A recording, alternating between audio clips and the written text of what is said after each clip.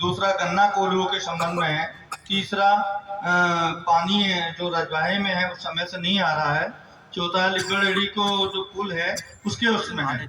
ये आपका जो ज्ञापन है मैं ज्वाइंट सर के माध्यम से जिलाधिकारी महोदय को प्रेषित करूंगा। धन्यवाद। इसमें हमारे प्रधान जी रामपाल जी आए और वे भी अपने विचार रखे और गौरव जी ने कह दिया किसान परेशान हो गए। मोदी सरकार में क्या हो रहा है? सरकार कह रही है कि किसानों को बढ़ावा दे रही, हो रहा है उल्टा। नहीं, कहाँ दे रही है सरकार? तो 2022 में कहती थी दोगुनी आय करेंगे। कहाँ की है सरकार ने दोगुनी आय? बता दे कहाँ की है सरकार ने, और कहाँ सरकार है?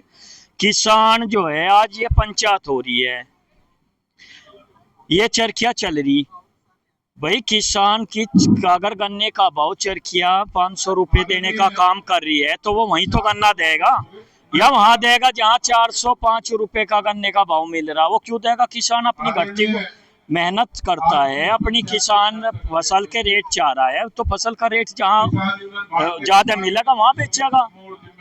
इन पे जो है बिजली के छप्पे लगवाना, कभी मिल प्रशासन की दबाव करवाना, अगर ये चलेगा तो आंदोलन होगा। ये कान खोल कर सुन ले उत्तराखंड सरकार, अगर यार मेल मालिक भी अगर इस तरीके से दबाने का प्रयास करेंगे तो आंदोलन रख रहेगी भारतीय किसान यूनियन ठीक है तो उत्तराखंड।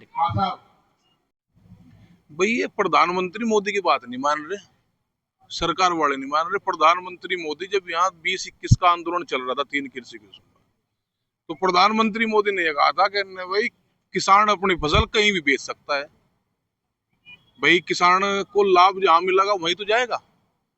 अब ये किसका दबाव है? या दबाव इतना पूंजीवाद का हो गया कि फैक्ट्री के दबाव में ये जो चरखियां कोल्लू हैं, ये छोटे कुटीर उद्योग धंधे ही तो हैं भाई। ये गांवों में रहेंगे तो इसकी तो गांवों की अर्थव्यवस्था को बहुत बड़ा योगदान ये देते हैं कि चला रहे। किन स्थितियों में चला रहे? आप इन पर बिजली के वर्डन एक्स्ट्रा डालोगे, भाई किसान को लाभ मिल रहा तो उनको चल जाने दो। इसी तरीके से बिजली की अवैध उगाही पे बिजली के कनेक्शन काटे जाएंगे, फिर उस पर उगाही करी जाएगी। ये किसान यूनियन उसका विरोध कर रहा है और ये पंचायत उसी के लिए आज हो रही है। देखो, पंचायतों के माध्यम से अपनी आवाज सरकारों तक पहुंचाई जाएगी और किसान संगठित है और किसान जानेगा कि ये राजनीतिक जो पार्टियां हैं, चाहे वो पक्ष हो चाहे विपक्ष हो, उनके मोहताज नहीं है। किसान संगठन है, किसान यूनियन है, अपने लड़ाई लड़ने में सक्षम है और उस लड़ाई को चाहे वो किसी भी स्थिति में जाना पड़े वहां तक जाया जाएगा। छोटे किसान बेहद परेशान होते हैं। ये एक पॉलिसी चला दी सरकारों ने।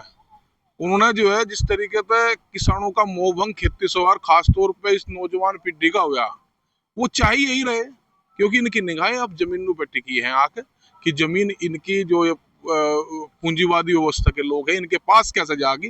वो सारा कारण यही है कि किसान परेशान किया जाए और इसका मोहभंग खेती से हो। देखिए, यह जो मीटिंग हुई है या रोज के ऊपर ही हुई है, क्योंकि मिल वाले ना ज्यादा अत्याचार और ज्यादा परेशानी का वो कर रखा है और ये परेशान हो गई, ये मीटिंग का वो हो गया।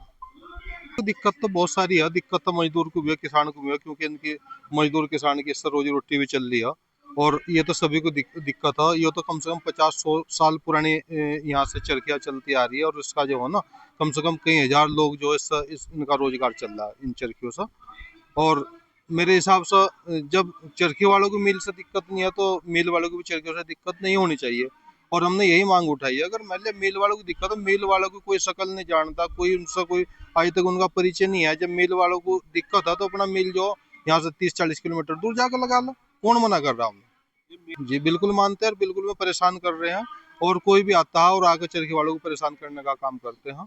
और आज जो है मीटिंग में ये बात हुई है कि ये अत्याचार अब सहन नहीं होगा, उनका डट का मुकाबला करे जाएगा। ये किसान यूनियन के और सब मजदूर एकता ना सब इकट्ठे हो गए, ये जो है ना बात हुई है कि अब जो है ये अत्याचार सहन नहीं करेंगे। बिल्कुल सपोर्ट रहेगा।